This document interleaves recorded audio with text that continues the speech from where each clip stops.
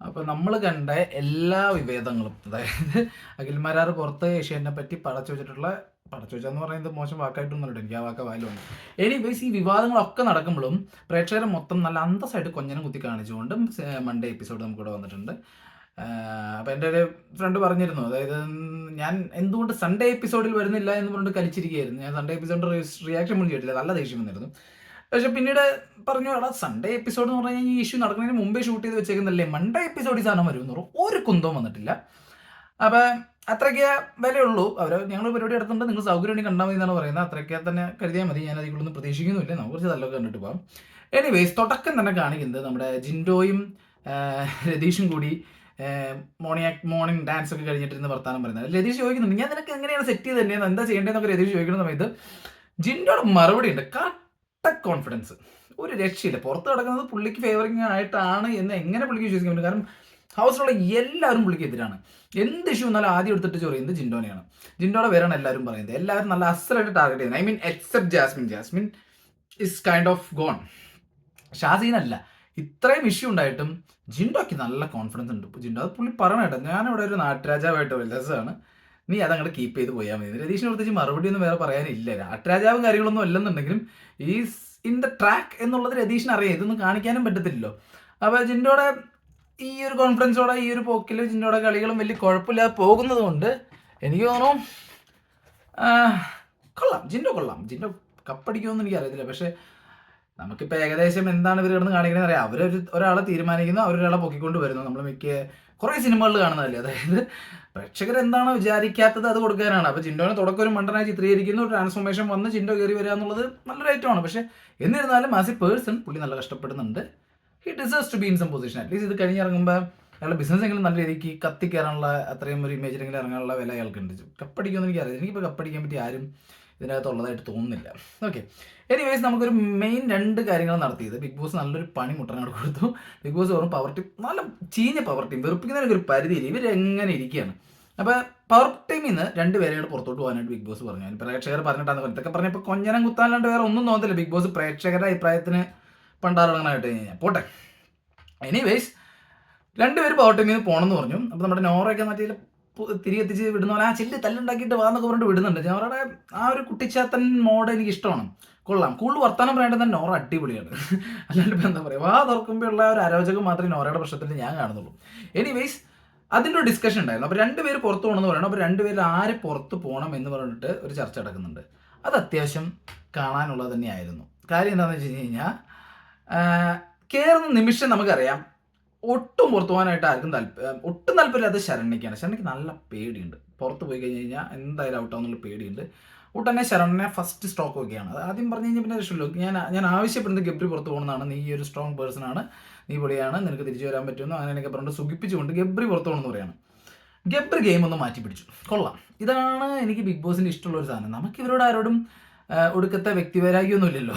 അതൊന്നും ആലോചിക്കുക. എനിക്ക് ഗബ്രിനോട് ആരോടും വേറെ പ്രശ്നമില്ലാത്തതുകൊണ്ട് ഗബ്രി ഗെയിം മാറ്റി കളിച്ച് കഴിഞ്ഞാൽ കുഴപ്പമില്ല. ഞാൻ ഇന്ന് നോക്കിയപ്പോൾ എനിക്ക് തീരെ താല്പര്യമായിരുന്നിട്ടും ഇന്ന് മൊത്തത്തിൽ ഗബ്രി എനിക്ക് വലിയ കുഴപ്പമൊന്നുമില്ല. ജാസ്മിനുള്ള അടിയുടെ കാര്യങ്ങൾ ഒഴിച്ച് കഴിഞ്ഞാൽ എപ്പിസോഡിൽ കാണിച്ചു വെച്ചിട്ട് ഗബ്രി കുഴപ്പമില്ല. ഇനി അത് അങ്ങനെ മാറ്റിക്കൊണ്ട് വരുവാണോ? ഇപ്പം എന്ത് കണ്ടാലും ഇവർ സ്ക്രിപ്റ്റ് എങ്ങനെ ആലോചിക്കുന്നുള്ള കാര്യമുണ്ട്. ബിഗ് ബോസ് ക്രൂ എന്താ ചിന്തിക്കണമെന്നുള്ള രീതിക്ക് പോകണം. പണ്ട് അതിനൊരു രസം ഉണ്ടായിരുന്നു.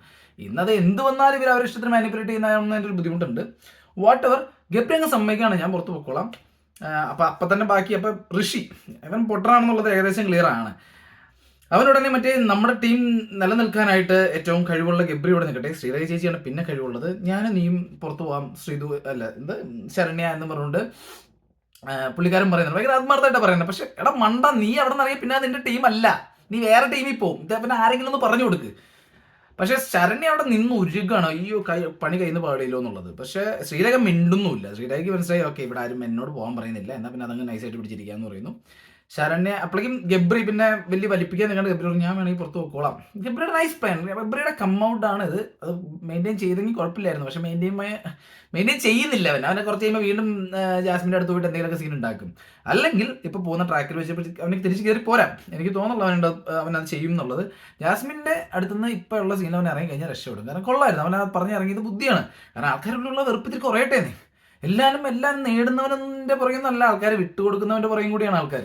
ഞാൻ അങ്ങനെ കണ്ടിട്ടുള്ളത്. അല്ലാണ്ട് എല്ലാത്തിനും ജയിച്ചിരിക്കുന്നതുകൊണ്ട് people won't come after you. അത് ചിലപ്പോൾ സിനിമയിലും അല്ലെങ്കിൽ ലൈഫിലെ മെയിൻ സെലിബ്രിറ്റീസിനെയും കാണാം. അല്ലാണ്ട് കൂട്ടത്തിൽ ഒപ്പം നിൽക്കുന്നവരെയാണ് എല്ലാവർക്കും ഇഷ്ടം. അപ്പോൾ എനിവേസ് ഗബ്രി പുറത്തോട്ട് ഇറങ്ങി. അപ്പോൾ ഗബ്രിയും ഋഷിയും പുറത്തോട്ട് ഇറങ്ങുന്നു. ശരണ്യയും ശ്രീരേഖയും അന്ത സൈഡ് അതിൻ്റെ അകത്ത് നിൽക്കുന്നു. രണ്ടുപേരോട് എനിക്ക് പരപ്പുച്ചേ ഉള്ളൂ. ഋഷിനോട് എനിക്ക് സഹതാപേ ഉള്ളൂ. Gabri was nice. ആ ഒരു മൊത്തം കളിയിൽ ഗബ്രി ഉള്ളായിരുന്നു. അതേപോലെ തന്നെ വീണ്ടും ഒരു ഡിസ്കഷൻ കയറി വന്നതെന്ന് പറഞ്ഞു കഴിഞ്ഞാൽ ഈ പവർ റൂമിലോട്ട് എടുക്കുന്നതിനെ പറ്റി പറഞ്ഞുകൊണ്ടാണ്. പവർ റൂമിലോട്ട് എടുക്കാനായിട്ട് ബിഗ് ബോസ് ഒരു നല്ല അടിയൊക്കെയാണ് ഉദ്ദേശിച്ച് വെച്ചിരുന്നത്. കാരണം പരമാവധി വരെ വരാനായിട്ട് പുള്ളി പുഷ് ചെയ്യുന്നുണ്ടായിരുന്നു. പുള്ളി പറഞ്ഞു ആർക്കൊക്കെയാണ് പവർ ടീമിലോട്ട് ഈ രണ്ടുപേരെ വേക്കൻസി കയറാൻ താല്പര്യമുള്ള എനിക്ക് ക്യാമറയാണ്. അധികമാരൊന്നും എഴുന്നേറ്റ് നിന്നിട്ടില്ല. എനിക്ക് തോന്നുന്നു അർജുനോടൊക്കെ എഴുന്നേൽക്കാൻ ജിൻഡോ പറഞ്ഞിട്ടില്ല. എനിക്കില്ല സ്ട്രേറ്റ് എഴുന്നേൽക്കുന്ന ആൾക്കാരെ നമുക്കറിയാം. ജിൻഡോ ജാസ്മിൻ എഴുന്നേറ്റിട്ടുണ്ട്, നന്ദൻ എഴുന്നേറ്റിട്ടുണ്ട്, പിന്നെ നമ്മുടെ ഇവർ രണ്ടുപേരും ഉണ്ടല്ലോ, സായും പിന്നെ നമ്മുടെ പുറത്ത് പോയ അവനും കൂടി എഴുന്നേറ്റ് ഇവരെല്ലാവരും കൂടി വന്നു. ഇപ്പം ബിഗ് ബോസ് വീണ്ടും ഒന്ന് മുപ്പിക്കുകയാണ്. ധൈര്യമുള്ളവർ മുന്നോട്ട് കടന്നു, പിന്നെ പോരാളികൾ മുന്നോട്ട് വരുന്നു, അങ്ങനെ എന്തൊക്കെ അവർ മുപ്പിക്കാൻ നോക്കുന്നുണ്ട്. വേറെ ആരും എഴുന്നേറ്റില്ല. ഇവരെല്ലാവരും കൂടി പോയിരുന്നു. തുടക്കം തന്നെ ഹിറ്റ് ചെയ്യുന്നത് എനിക്ക് തോന്നുന്നു നന്ദനയാണ്.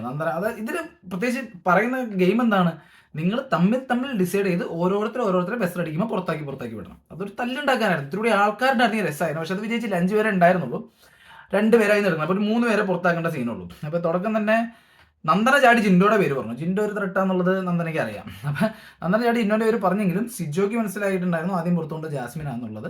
ജാസ്മിൻ്റെ പേര് അവർ പറഞ്ഞു. എല്ലാവരും കൂടി നല്ല രീതിക്ക് ഇതിപ്പോൾ ഒന്നും പറയാനില്ല. ജാസ്മിൻ കിടന്ന് തിരിച്ചും മറിഞ്ഞ് ജിൻഡോ ഈ ഗെയിമിൽ പോലും കളിക്കാൻ പറ്റാത്തവനാണെന്നൊക്കെ പറഞ്ഞു നോക്കിയെങ്കിലും ബാക്കി ഭൂരിഭാഗം ആൾക്കാർ ആരെ പുറത്താക്കാൻ അപ്പം തീരുമാനിക്കുക, അത് അതുപോലെ നടക്കത്തുള്ളൂ.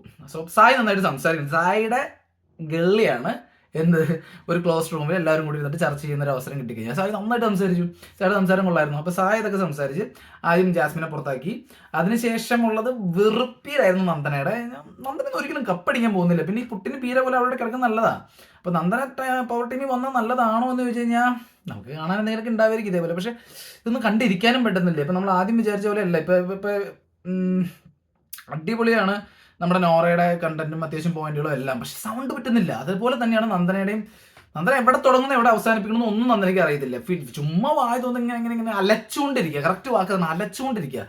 ഒരു പരിധികളൊക്കെ കാണാനായിട്ട് നല്ല ബുദ്ധിമുട്ടുണ്ട്. എനിവേസ് നന്ദനയുടെ കാര്യം അങ്ങനെ പോയി. പിന്നെ അല്ല, നന്ദന കലകലാന്ന് അലച്ചുന്നുണ്ടെങ്കിലും ഇവർ ഓൾറെഡി തീരുമാനിച്ചിട്ടുണ്ടായിരുന്നു സിജോനെ പുറത്താക്കാനായിട്ട്. അപ്പോൾ രണ്ടാമത് ജിൻഡോനെ പുറത്താക്കുന്നു. ഒന്നും മിണ്ടാണ്ട് ജിൻഡോ എഴുന്നേറ്റ് പോകുന്നു. അതിനുശേഷം ഞാൻ നന്ദനെയാണ് പുറത്താക്കുന്നത്. ഒരു ക്വാളിറ്റി എൻട്രി ആയേനെ. പക്ഷേ സായും നന്ദനയും കൂടി ഒത്തുകൊണ്ട് സിജോനെയാണ് പുറത്താക്കുന്നത്. എനിവേസ് സിജോയും സായും ആഘോഷപൂർവ്വം അതിൻ്റെ അകത്തോട്ട് കയറുന്നു. സീനുകൾ എല്ലാം കൊള്ളാമായിരുന്നു. ഓക്കെ, ഇനി വരുന്ന ഒരു സീൻ എന്ന് പറഞ്ഞാൽ ഇത് കഴിഞ്ഞ ഉടനെ ഗെയിമിൻ്റെ ഇഷ്യൂ വേണ്ടി എടുത്ത് വിട്ടുപോക്കുന്നുണ്ട്. അതെടുത്ത് ഈ ഒരു ഡിസ്കഷനിൽ പറയാനുള്ള കാരണം എന്ന് പറഞ്ഞാൽ ഒറ്റ കാര്യമാണ്. 2 പേര്. ഒന്ന് ജിൻഡോയുടെ അടുത്ത് വീണ്ടും മാപ്പ് പോലും പറഞ്ഞിട്ടില്ല എന്ന് ചോദിച്ച സമയത്ത് ജിൻഡോ ഒരു മടിയിലാണ് ഞാൻ മാപ്പ് പറഞ്ഞില്ല എന്നാ പറയുന്നത്. ഓക്കെ, ഇനി അങ്ങനെ ലൂപ്പോൾ വേണ്ട, ഞാൻ മാപ്പ് പറയുന്നു, ഇപ്പോൾ പറയുന്നു. ഇതാണ് ജിൻഡോയുടെ ആറ്റിറ്റ്യൂഡ്. It's fine. പുള്ളിക്കാർ everything is fair in love and war എന്ന് പറഞ്ഞാൽ ജിൻഡോ അടിച്ച് അണ്ണാക്കി എന്ത് കൊടുത്താലും തിരിച്ചു വരുമ്പോൾ ഓക്കെ സോറി പറഞ്ഞേക്കാം, അതിനിപ്പോൾ നിങ്ങളുടെ മാറി കിടക്കണം അങ്ങനത്തെ ഒരു ആറ്റിറ്റ്യൂഡാണ് ജിൻഡോൻ്റെ. അപ്പോൾ അവിടെ പിന്നെ വേറെ ആക്കിയുള്ള ഒരു ഗെയിമൊന്നുമില്ല. ഋഷി എന്തിനോ വേണ്ടി തിളയ്ക്കുന്ന സാമ്പാറാണ്. ആരെ പറഞ്ഞാലും ഋഷി അഭിഷേകനെ പറഞ്ഞാണ് ഇത്തവണ ചാടി. അവസാനം ജിൻഡോ കൃത്യം മറുപടി, നീ എന്നെ പറഞ്ഞിട്ടല്ലേ ഞാൻ നിന്നെ പറയുന്നതായിട്ട് പറഞ്ഞിട്ട് ജിൻഡോ ഒരു മറുപടിയോട് കൊടുക്കണം. അവിടെ ഉത്തരം മുട്ടിയിട്ട് ഋഷിയുടെ ഒരു പേടിപ്പിക്കലുണ്ട്. ഞാൻ വോട്ടിന് വേണ്ടിയിട്ടല്ല ഇവിടെ ഇത് ചെയ്യണേന്നോ, അല്ലാണ്ട് പിന്നെ തല്ലാൻ വേണ്ടിയിട്ടാണ് അവനിവിടെ ഇത് ചെയ്യണേ. ജിൻഡോയുടെ അടുത്താണ് അവന്മാതിരി ഭീഷണിപ്പെടുത്തണേ. നേരത്തെ പറഞ്ഞ പോലെ തന്നെ പാണ്ടിലോരുടെ മുമ്പിൽ തവള മസിൽ പിടിച്ചിരിക്കണ പോലെ ഉണ്ട്. ചരഞ്ഞങ്ങ് പോകത്തുള്ളൂ. എന്താണ് എന്തെങ്കിലും കയറി പിടിക്കണം, എന്താണ് പിടിക്കണതെന്ന് അറിയത്തില്ല. ശുദ്ധ ഹൃദയനാണ്, ലോല ഹൃദയനാണ്. ഇവിടെ ആവശ്യമില്ലാത്ത ഐറ്റമാണ്. അതാണ് ഋഷിയുടെ കാര്യത്തിൽ തോന്നിയത്. പിന്നെ നോമിനേഷൻ ഉണ്ടായിരുന്നു, നല്ല ബോറിംഗ് ആയിരുന്നു. എല്ലാവരും കുറെ കുറ്റം പറഞ്ഞു. അതിൽ ആകെ ഞാൻ നോട്ട് ചെയ്തൊരു കാര്യം, നോറ നോമിനേഷൻ വന്നുകൊണ്ട് ശ്രദ്ധിച്ചറിയാം. ജിൻഡോനാണ് നോമിനേറ്റ് ചെയ്യുന്നത്. ഒരു ലോട്ട് ഓഫ് കാര്യങ്ങൾ പറയുന്നുണ്ട്. സത്യസന്ധയില്ലായ്മ, അത് ഇത് മറ്റത് മറിച്ചത്, അതായത് ചതിക്കുന്നത്, അങ്ങനെയുള്ള കുറെ വാക്കുകൾ പറയുന്നുണ്ടോ. ഒരു 7-8 വാക്കുകളുടെ നോറച്ചന്നം ഉണ്ടെന്ന് പറയണം. ഉദ്ദേശം വളരെ ക്ലിയർ ആണ്. അവസാനം വിളിച്ചു പറയുന്ന സമയത്ത് ഇവന്റെ പേരിൽ മാത്രം ഇത്രയും വാക്കുകൾ വരുമെന്ന് കരുതിയിട്ടാണ് നോറ ഇട്ടിട്ടുണ്ടാവുക. നോറയുടെ ഒരു ബുദ്ധി ഏകദേശം നമ്മൾ അനലൈസ് ചെയ്യുമ്പോൾ അത് തന്നെയാണ് ഗുഡ് വൺ. പക്ഷേ ബിഗ് ബോസ് അത് ചെയ്തില്ല. ബിഗ് ബോസ് ഏതോ 2 പറഞ്ഞോളൂ. പക്ഷേ ട്രൈ ചെയ്തേ കൊള്ളായിരുന്നു. പിന്നെ പതിവ് പോലെ നമുക്ക് ഒഴിവാക്കാൻ പറ്റാത്ത ഘടകമായിട്ട് ജാസ്മിൻ ഗബ്രി ഫൈറ്റ് ഉണ്ടായിരുന്നു. ഫൈറ്റ് നല്ല രസം ഉണ്ടായിരുന്നു. ഇത്തവണത്തെ ഫൈറ്റിന്റെ കാരണം ശ്രീതു ആയിരുന്നു. കുരുവട്ടൽ തന്നെ ജാസ്മിൻ്റെ, അല്ലാണ്ട് ഇപ്പം എന്ത് പറയാനാണ്. അപ്പോൾ ഗബ്രി അങ്ങനെ നമ്മൾ ആ സീൻ ഞാൻ കണ്ടില്ല. ഗബ്രി പറഞ്ഞു മറ്റേ കോയിൻ്റെ ഗെയിമിൽ എന്താണ് ശ്രീധുവും കൂടി ഉണ്ടായിരുന്നെങ്കിൽ നിങ്ങളുടെ ടീം അടിപൊളിയായേനെ. ശ്രീധുവിൻ്റെ അജിലിറ്റിനെ പറ്റി ഒരു പൂർത്തി പറഞ്ഞിട്ടുണ്ട്. ശ്രീധുവിൻ്റെ അജിലിറ്റി അടിപൊളിയാണ്. നീ ഓടി പട്ടി അതൊക്കെയുള്ള കേച്ചല്ലേ എന്നും കൂടി കേട്ട് കഴിഞ്ഞപ്പോൾ, അതായത് ജാസ്മിൻ പൊട്ടി തെറിക്കാണ്. അതിൻ്റെ കൂടെ ഗബ്രി ഇങ്ങനെയായിട്ടുള്ള ഇത് പറഞ്ഞിട്ട് അവസാനം പറഞ്ഞു, നീ ഇങ്ങനെ ഇത് മാത്രമല്ല പറഞ്ഞു, നീ പട്ടി കണക്ക് ഓടുമായിരുന്നു എന്താ പറഞ്ഞോട്ടെ ജാസ്മിൻ്റെ ഇന്നും പോയി എഴുന്നേറ്റൊരു പോക്കും പോയാണ് ആ സീൻ അങ്ങോട്ട് അവസാനിക്കുന്നത്. അപ്പോൾ ഇതില്ലാതെ ഒഴിവാക്കാൻ പറ്റത്തില്ല ബേസിക്കലി എപ്പിസോഡ്. ജാസ്മിൻ ഗബ്രി സീനൊക്കെ എടുത്തിട്ട് വെറുപ്പിക്കേണ്ട ഒരു രക്ഷയില്ല. പിന്നെ നല്ല ക്യൂട്ടായിരുന്നു നമ്മുടെ ജിൻഡോ അപ്പുറത്ത് എടുത്തോട്ട് ചിരിച്ചുകൊണ്ട് നമ്മുടെ രതീഷിനടുത്ത് സംസാരിക്കുന്നത്. ആക്ച്വലി എനിക്കിവിടെ മൊത്തം എപ്പിസോഡിൽ മിസ്സായി തോന്നുന്ന ഒരു സാധനം, ജിൻഡോയ്ക്ക് ഒരു കമ്പനി ഇല്ലാത്ത തന്നെയാണ്. ജിൻഡോയ്ക്ക് ഒരു കമ്പനി ഉണ്ടായിരുന്നെങ്കിൽ എന്തെങ്കിലും കൂടി ഉണ്ടായിരുന്നു. സിബിൻ ഉണ്ടായപ്പോൾ അങ്ങനെയെങ്കിലും കണക്ട് ചെയ്യായിരുന്നു. ഇതുപോലെ കണക്ഷൻ ഉണ്ടായിരുന്നെങ്കിൽ ജിൻഡോയുടെ മനസ്സിലുള്ള കാര്യങ്ങളും കൂടി നമുക്കൊന്ന് കേൾക്കാമായിരുന്നു. പണ്ട് ജാൻമണി ആയിട്ടുണ്ടായിരുന്നെങ്കിൽ അതൊക്കെ സിഗരറ്റ് റൂമിൽ തീരാണ്, നമ്മളൊന്നും കേൾക്കുന്നുണ്ടായിരുന്നില്ല. പക്ഷെ ഇത് നല്ല ക്യൂട്ടായിരുന്നു. എനിവേസ് എപ്പിസോഡ് പുച്ഛമാണ് ഇപ്പോൾ തോന്നുന്നുള്ളൂ. ഇത്രയൊക്കെ എങ്ങനെയൊക്കെ പറഞ്ഞാലും ശരി നമ്മളെ പൊട്ടറാക്കാണ്. അതിക്കുള്ളൂ ഒന്നും പറയാനില്ല. താങ്ക്സ്.